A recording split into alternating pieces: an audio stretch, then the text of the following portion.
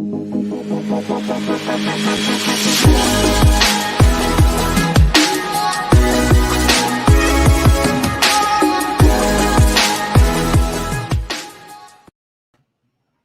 morning. Welcome to the show.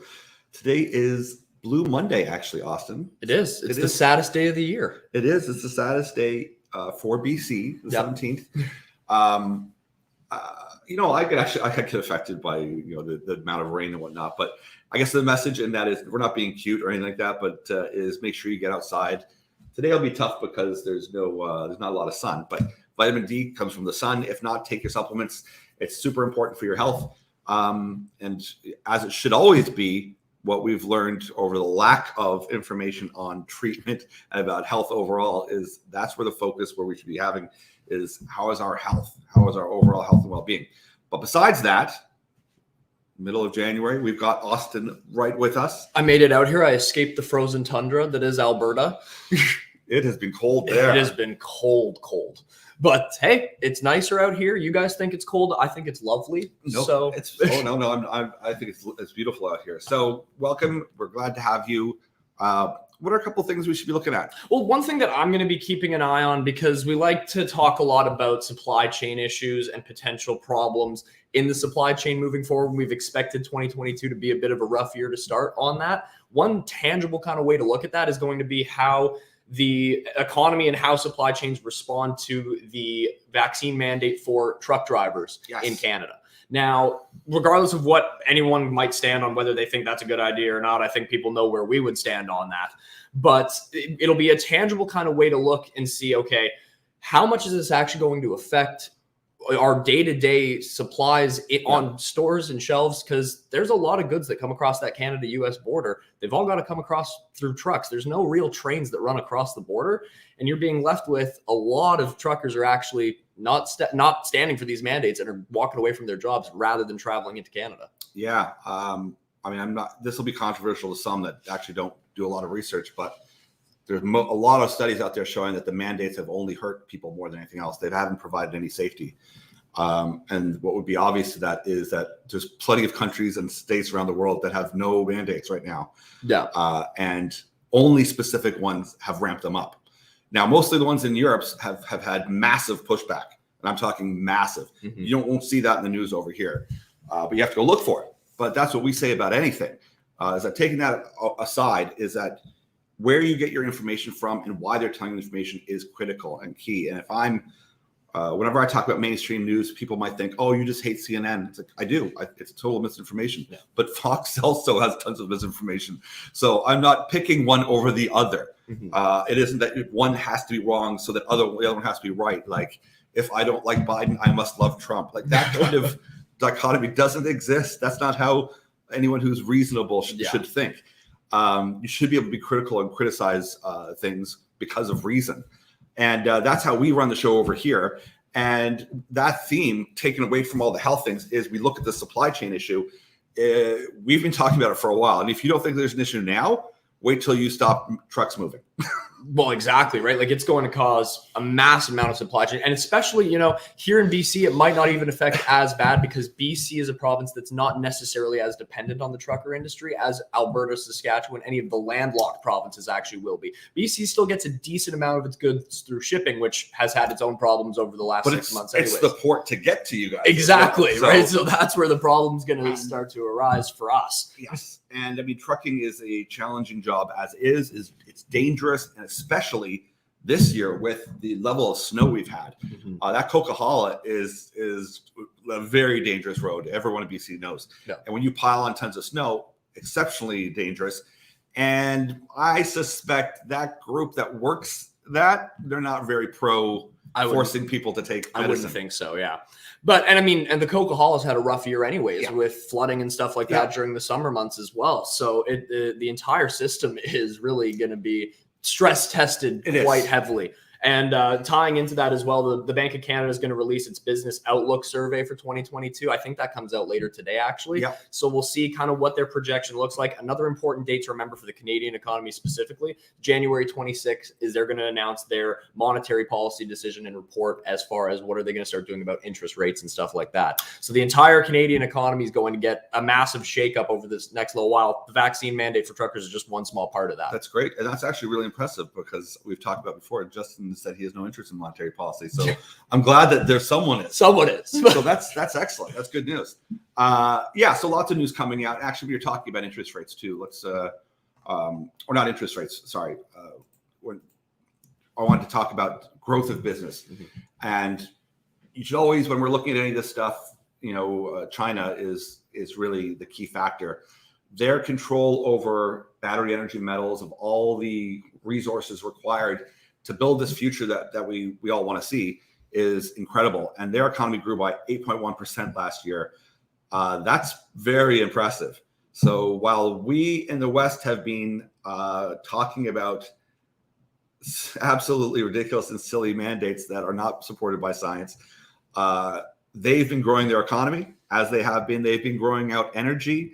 They've been working on fusion. They've been working on so many things. They've got nuclear plants that are going up, and we're fighting about pronouns. We're fighting about the most bizarre and ridiculous things that are.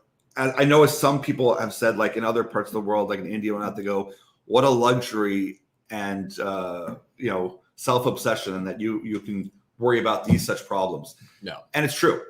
People have lost sight of what it means, and that there is this idea that there's going to be this global cooperation, and this universal idea is shockingly silly. The history of the world has always been competition over materials and over things, and I don't care how optimistic you feel you are. A lot of that optimism is simply because you happen to live a very safe, coddled lifestyle in a very safe country with a very myopic view and don't look outside of mainstream news. If that's your world, then yes, you're very susceptible to very, very strange ideas. But one has to look back at history, be practical, and look at these things, and not necessarily just because of patterns, but we're human beings. We don't change all that much. As much as our technology and our stuff might change, our wisdom hasn't improved in 2,000 years. And I can safely say that because, people, if you look at Plato or you look at Aristotle, they're far wiser than any wise person I can mention even today off the top of my head. Yeah. So anyways, that's just a kind of a bit of a rant.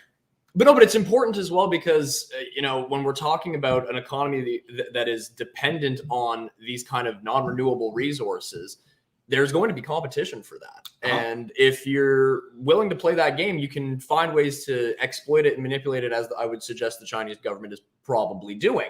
But then on the other hand, you have them coming out and saying, oh, but we all have to work together. It's time to end these Cold War style policies. Yes. We all have to work together. So it's an interesting take. It's not a surprising take. No, but it's an interesting position from the Chinese government. That article was interesting because he had said it was basically a threat, like, don't revert back to Cold War. Don't try to mandate me. Otherwise, you're going to have a confrontation. Yeah, and exactly. That was basically a threat. But on top of that, there's not an interesting article, and we're going to get into it for our subscribers in our subscriber section next week. We'll be on lithium and looking a little bit deeper into lithium and how the United States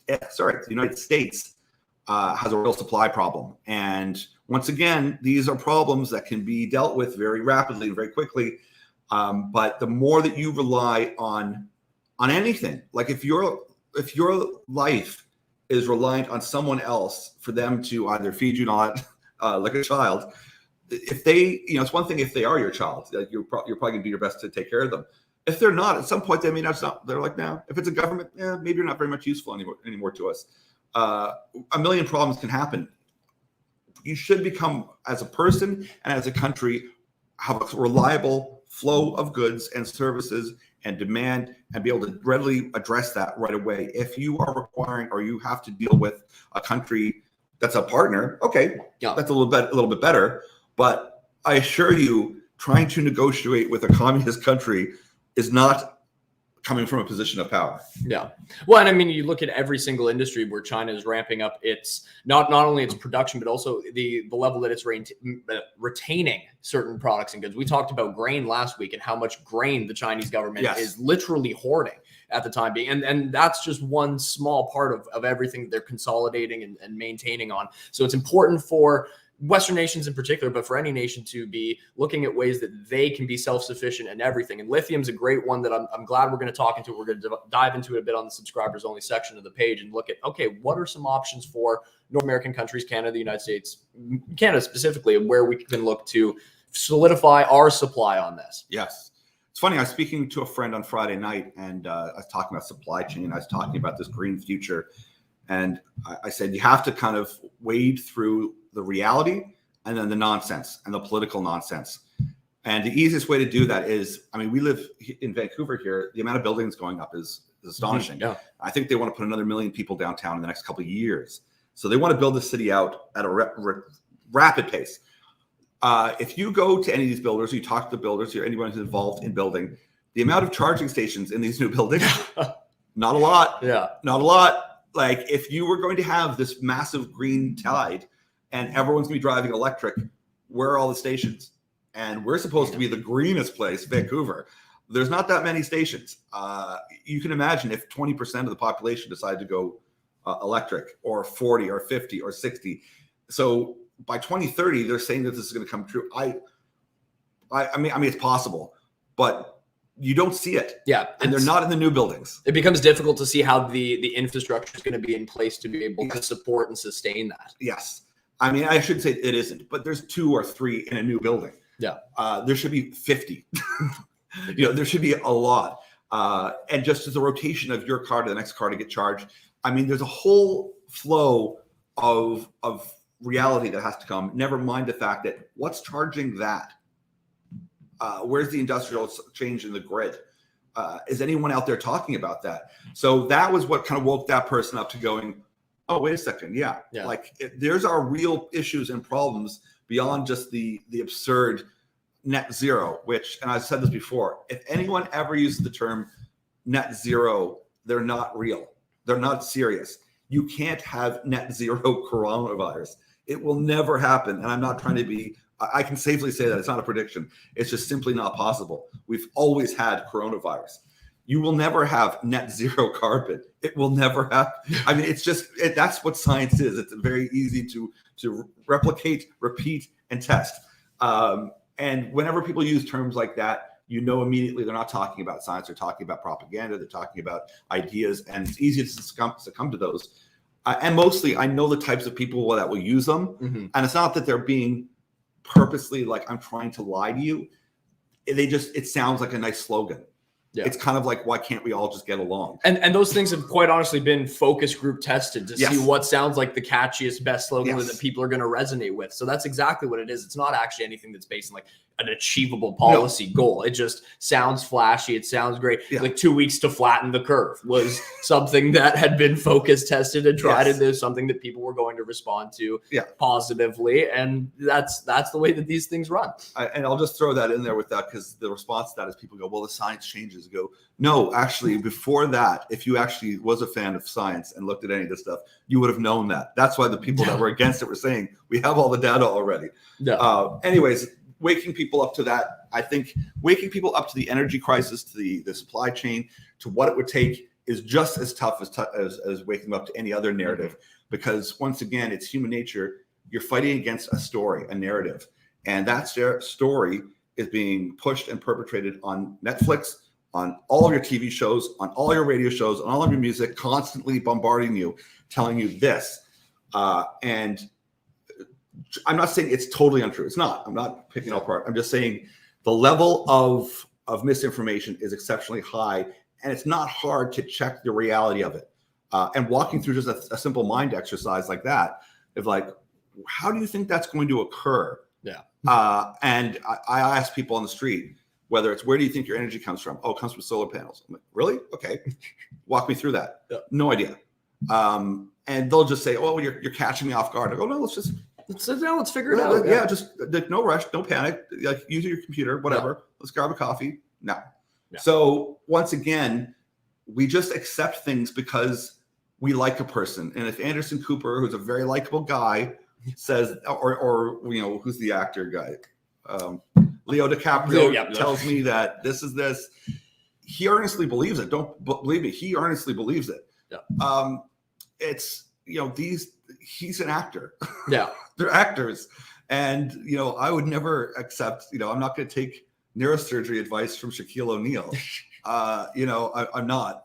There is a place that you can look for data and science, and it isn't on CNBC or any of these places. But anyways, that's into the critical thinking and whatnot. And that's how we've kind of isolated these sectors and what's been kind of happening and what's going on. And then some of the companies that have done exceptionally well is that we've been able to lock them down and then look to see with our model, does it fit? Is it working? Yeah. And try to remove ourselds from what we would like to see or an outcome to, okay, that the probability of that event occurring looks strong. And are you helping to meet a critical need in a critical situation? Yes.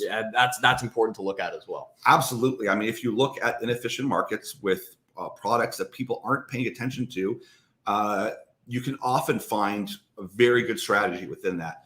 And some of it is glamorous. Like everyone likes to talk about the bad. Well, not everyone, but that's becoming more and more prevalent in people's minds. No one wants to talk about food.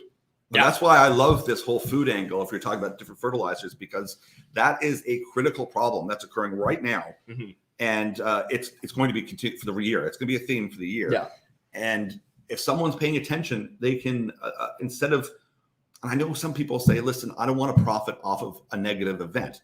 Say that negative event, it's happening anyway. So you trying to help benefit a solution to that is actually better. Your money going towards a fertilizer company that is looking to solve that issue. Not only is it great for your own portfolio, it's actually the right way to go about things. Yeah.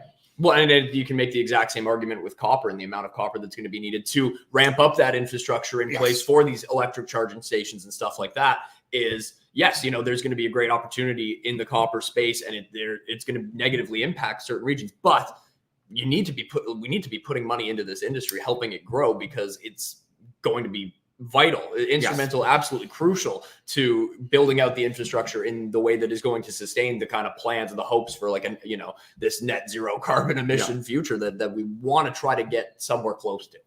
Another interesting thing too, and we don't talk about too much, is that you can build a lot of these types of buildings in cities, and you could rebuild cities with like a hemp type concrete. And this, we aren't going to too much detail. It's just more of an interesting thing. You can make these concrete blocks I think they're about 40% lighter. They're just as strong, but they don't emit the same level of carbon, but they actually kind of absorb carbon as well. And you think we can do that today. Now that's a lot more costly for a builder to build. I'll flip the other side and go, listen, they've been making absolute millions for the last decades. I mean, they're not hurting financially. But I also kind of look around and go, well, what would that look like in Vancouver? None of these new buildings going up have this type of, they have some. But they don't, it's not a full suite of what they could do. How does this future city of the world work then? Like, are they going to just tear down buildings and rebuild them? So, I mean, it's this thought experiment of, yes, one day we'll be able to do this. And right now we could do it as well. Yeah. Well, why aren't we doing it?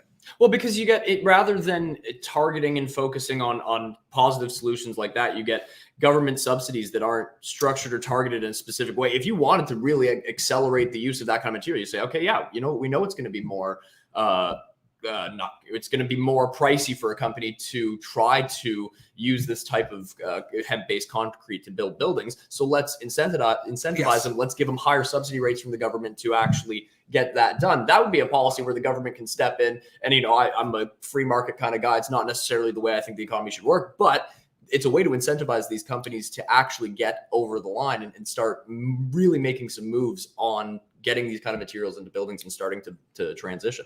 Yeah. So, it's a big, heavy chunk we've been yapping about and all over the place, but it's the same theme as we've been talking for like last year and the year before, just more on steroids. Yeah. So these themes are getting more urgent, more critical.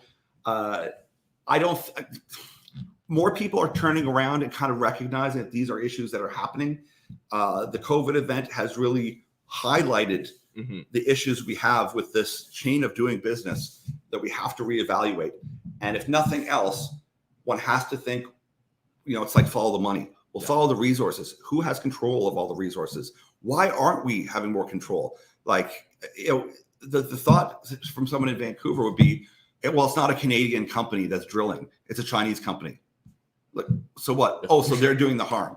Like, but it's not us. So I feel better. Yeah.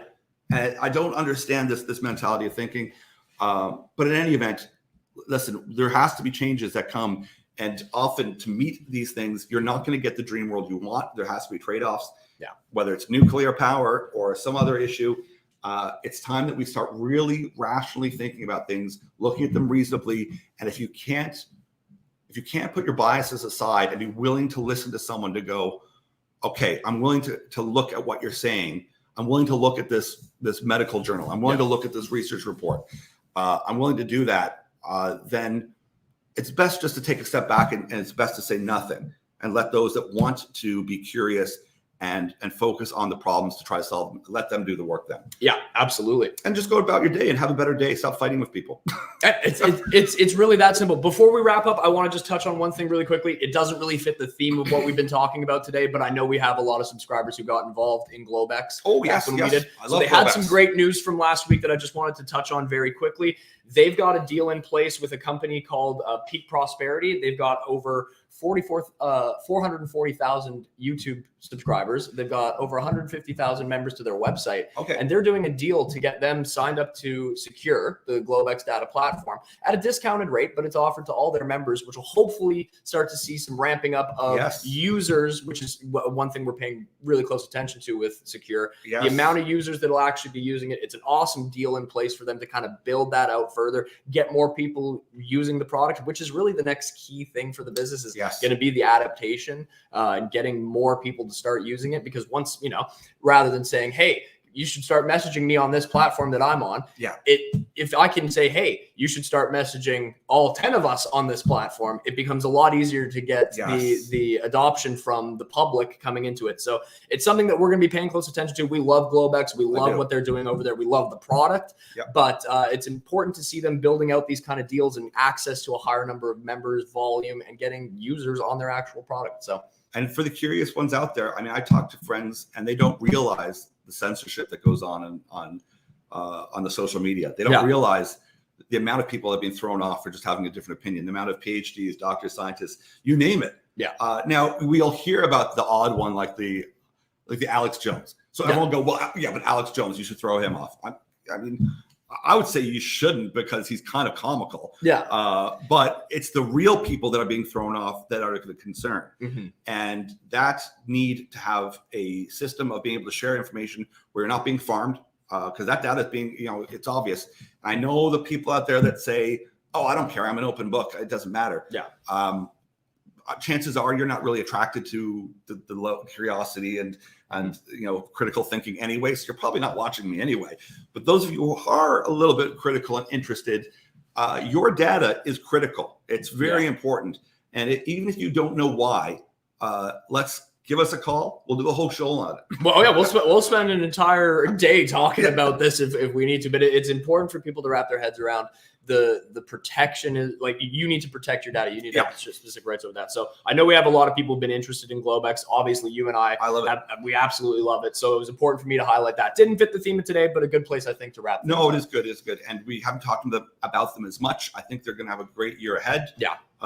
So yeah, we'll definitely keep in touch. I'd love to have Alan on the show, so we'll try to reach him to him. He's been busy. Clearly, he's been putting some great deals together. So yeah, as soon as we can, we'll get him on. We'll chat to him and see what the blueprint for 2022 is. Good. And let me just throw one last thing. We've thrown out a whole bunch of videos out there. There's a lot of really interesting ones.